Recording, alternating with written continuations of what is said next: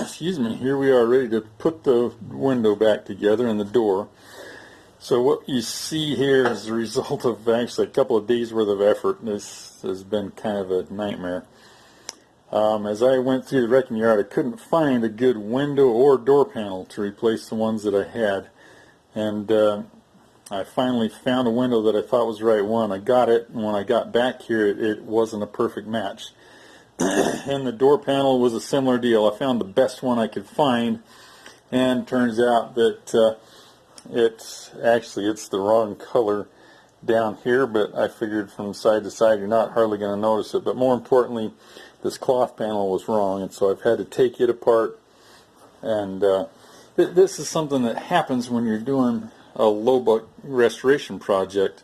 It happens frequently, and you've got to be willing to substitute some of your time for money if you're going to save money on these things. So I could have gone in and ordered a whole new window glass if I wanted to, but I want the whole point here is to save money. So I managed to be able to take this apart. Each of these, where there are now bolts in here, this track was riveted to the glass, and so I had to cut those rivets out and replace them with bolts.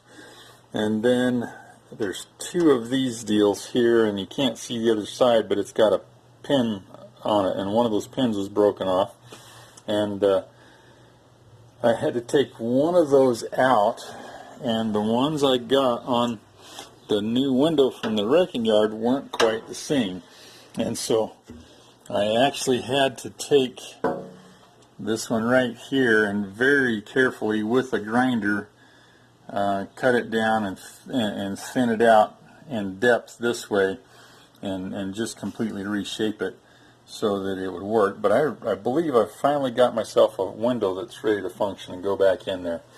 And then with the door panel, the real thing here, I had to take it clear apart. Well, especially I had to take that cloth piece off, and it,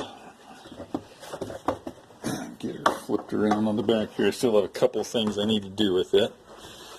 So it was held into the door panel by having some pins that were built into the plastic backing here that came through these holes and then were melted in place. And so in order to get that out, I had to pop all of those loose from there. And I was like, geez, how am I going to put that back together? But then I remembered my windshield urethane trick. And so I've glued it back together with windshield urethane. And that dang stuff is so strong, it's unbelievable. But I think we're all good to go there. I have to take these staples and put them back through the original holes that were in there and crimp them over on the other sides. But then I think I'll have that ready to go. And I'll glue that chunk of pad back down flat where it's supposed to be. So I think we're all good to go there now, and I'm going to start putting this door back together. So the first thing I'm going to do is I'm going to set this glass down inside of the door, and I'm going to try to use some rubber tip clamps that I have and pinch that glass here and here so that it will sit in there. And then I'll get inside the door and start putting my regulator and pieces together as I go, because it's kind of a complicated deal on this one. But anyway, we're going to get that done and press forward, and I'll take some more pictures for you here. Alright, so this little trick here helped a lot with those two clamps that have rubber noses holding that window up about halfway in there. And so much easier to tell how it has to go back together when you have it out. But when you're wrestling around inside, you can't see anything.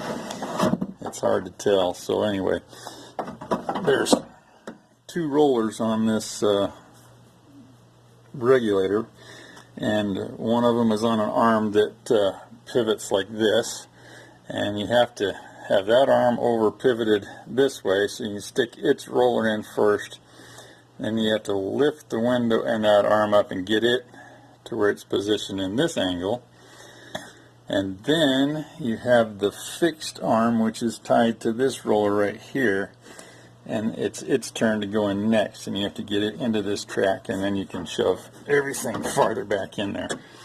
And that was how I got to that point so far.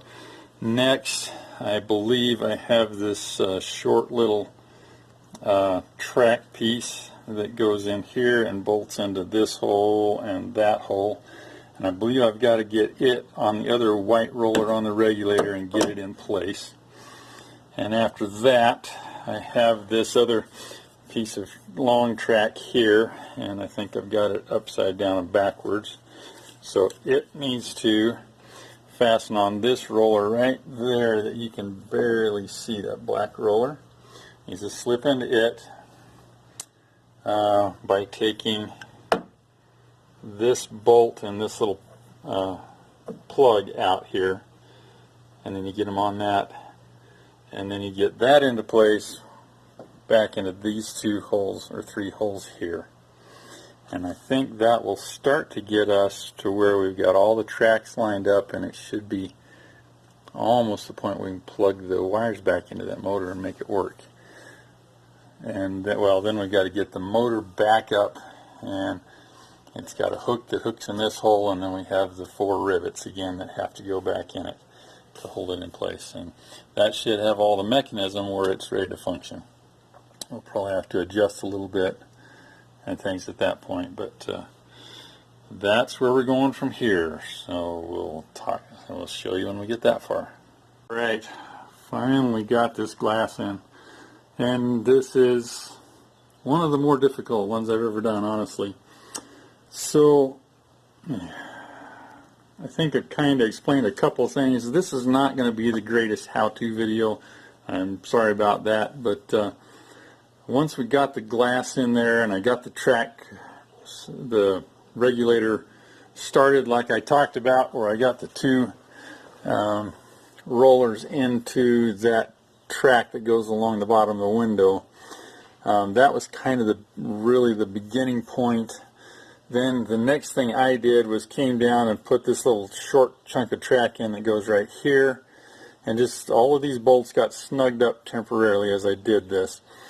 And then I started trying to get my rivet holes to align over here with the regulator, and I had to hook up the power to it and be able to move it up and down a little bit, which was really awkward and hard to do with the window flopping around in there too.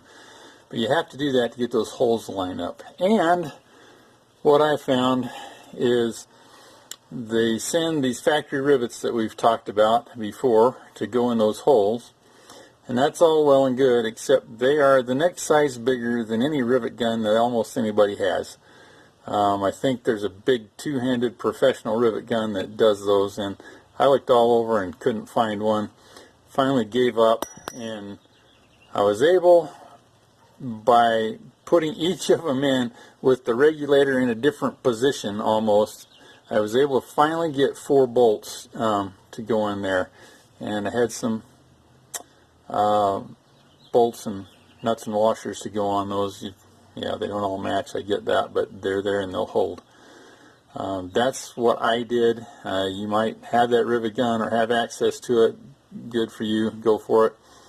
But it is possible to do it with bolts and nuts. So you do want to make sure that the nuts you're using have a locking feature to them to kind of grab on there so that they don't slip out and move around. So then once I got that in place, then I was able to come over here and get this vertical track right here put on, and get it mounted in its 2 spots or 3 spots here. And that really helped stabilize the thing a lot. And I did kind of the same thing that I did when we replaced the hood, which I think we lost that video. But anyway, these nuts all have a nut shadow or a place you can tell where they were at before. And I recommend that you start by tightening them back into that position. And that's usually going to be where they were for ages and ages in the car. And start there. You may have to adjust some, but then there's really after that, I mean, I put them back in the places they were from the factory and they worked fine. The only adjustments I have had to do is there is a height stop adjustment here, and there's another one right here. and I had to monkey around with those a little bit to get my window to go up to the right position to where it would sit correctly in this seal around the, that goes on the door jamb here around the window. And I had to monkey with that just a little bit, but I got it to where it's adjusted correctly. Then I came in here and put these two things here. There's one there and one over here, and because this is the part that I had to modify to get to fit, I also had to modify this piece to get it to work. But I've got those in there, and now check this out. My window doesn't move back and forth. It's awesome, and it goes up and down the way that it's supposed to. Yeah, just because it makes me feel good. Here you go. There it goes all the way down, all the way back up. Hey, it stops in just the right spot. Oh yeah, one other thing that I better mention here. This is where the speaker goes, and mine was bad anyway, so I was going to replace it, but you need that out of there so that you can get in and access a bunch of the bolts and things. It's just way easier. It's got 3 bolts holding it in and a plug on the wires. Simple. Pull it out, and that'll help you get back in place. And after you've got all that in place, then I had to bolt in the bracket for the mirror. It's got 3 bolts holding it in place, and then had to put the mirror itself on. And as you can see, I haven't plugged it in yet, but that's the next thing we'll do here. And at that point, this baby works, which I'm happy about. That was a lot of work getting to that point. But now I can have my interior sealed up, and I'll get my door panel finished putting back together, and then put it on there. Get the speaker, my new junkyard speakers that I got that I think are better. I'll put one of them in here. And I patched up the piece of plastic that I got here, and I hope I can get it back together without breaking anything else. I'm not quite sure how they're supposed to go together, but we're going to learn by the time we get done here. And next time you see this, I'll have that door panel on, and she'll be functional. So I'm stoked and excited about that. That's been one of the biggest parts of the project so far. So there we go, and that wraps it up pretty much. Well, I'll do a final shot with the door panel on for our window regulator replacement video series. Well, there we go. We got her almost 100% of the way there. I'm going to stop for tonight because I've got a broken part that this little switch bezel there doesn't stay down in. I think the clips are broken off of it, so I either have to figure something out there or what. I've got a lot of pressure on it with the wires behind it, but we've got her all functioning. Yeah, my keys are out. And window rolls up and down. I was having some problem with it hitting those wires a while ago, but we got that solved. There we go. So now we've got a great functioning door. And just in case, I don't want to lock myself out here. Grab keys and bingo. There she goes. Alright, I'm super glad to have that done. That was a massive project. Alright, now we'll get on with the painting and some of those other pieces that have to go together there. My engine's supposed to be here in the next day or two. Actually, an engine and tranny that I picked up out of a 88,000 mile car. So we'll get that process moving too. I'm excited. It feels like it's coming together now.